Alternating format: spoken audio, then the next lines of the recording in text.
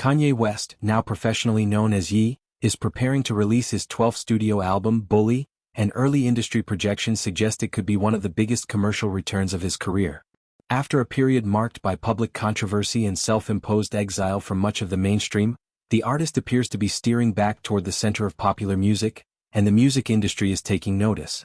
Last month, Ye took out a full-page advertisement in the Wall Street Journal to issue a direct and personal apology for his past anti-Semitic remarks.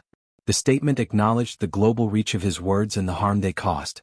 He described how, during a period of mania, he lost sight of the responsibility that comes with his platform. The apology was widely covered and marked what many observers are calling the beginning of a public redemption arc.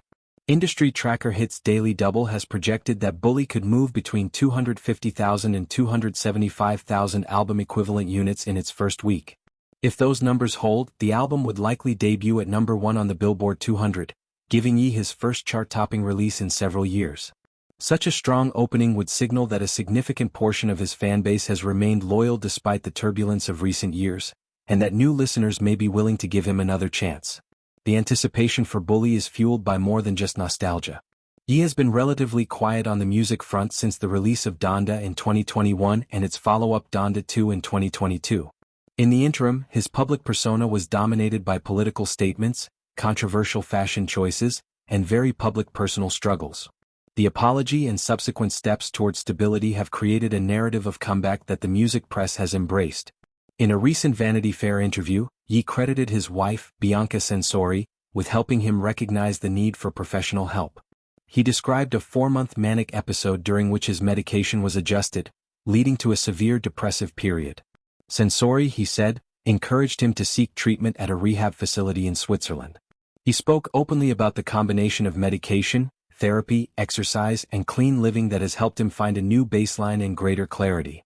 Shortly after the interview, Ye announced plans for a concert in Europe, his first performances on the continent in nearly a decade.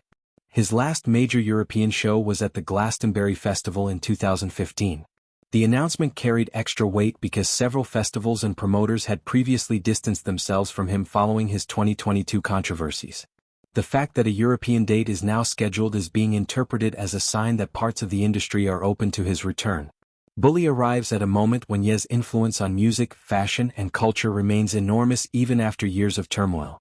From his early work with Rockefeller and the groundbreaking College Dropout in 2004, through the stadium-sized ambition of My Beautiful Dark Twisted Fantasy and the gospel turn of Jesus is King, Ye has repeatedly reshaped what hip-hop and pop can sound like. His production style, soul samples, orchestral arrangements, auto-tune experimentation, has been copied and referenced by multiple generations of artists. His Yeezy fashion line, despite its own controversies, helped normalize the idea of musicians as major players in the luxury and streetwear worlds. The album's reported title, Bully, has already sparked speculation. Fans and critics are wondering whether the project will address his recent struggles directly, return to the introspective lyricism of 808s and Heartbreak, or lean into the bombastic, stadium-ready sound of his later work. Whatever the direction, the sheer volume of first-week projections suggests that curiosity about Ye's next chapter is high. The redemption narrative is complicated, of course. Anti-Semitism is a serious issue, and many in the Jewish community and beyond remain skeptical about the sincerity or permanence of Ye's apology. Some artists and executives have stated privately that they will not work with him again.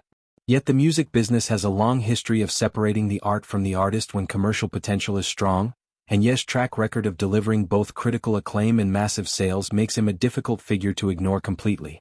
For his core fans, often called the Ye Stans, the apology and new music represent a return to the artist they have supported through every era. Many have argued that his mental health struggles, publicly discussed for years, should be met with compassion rather than permanent cancellation. The projected sales figures appear to support the idea that a sizable audience is ready to move forward. If Bully performs as expected, it will not only boost Ye's chart legacy but also reopen doors that had seemed closed. Streaming playlists, radio airplay, and potential collaborations could follow. The European concert announcement already hints at a slow but steady reintegration into the global touring circuit. Ye's career has always been defined by reinvention. He has gone from backpack rapper to soul-sampling visionary to stadium rock star to gospel artist to polarizing public figure. Each chapter has brought new sounds, new controversies, and new commercial peaks.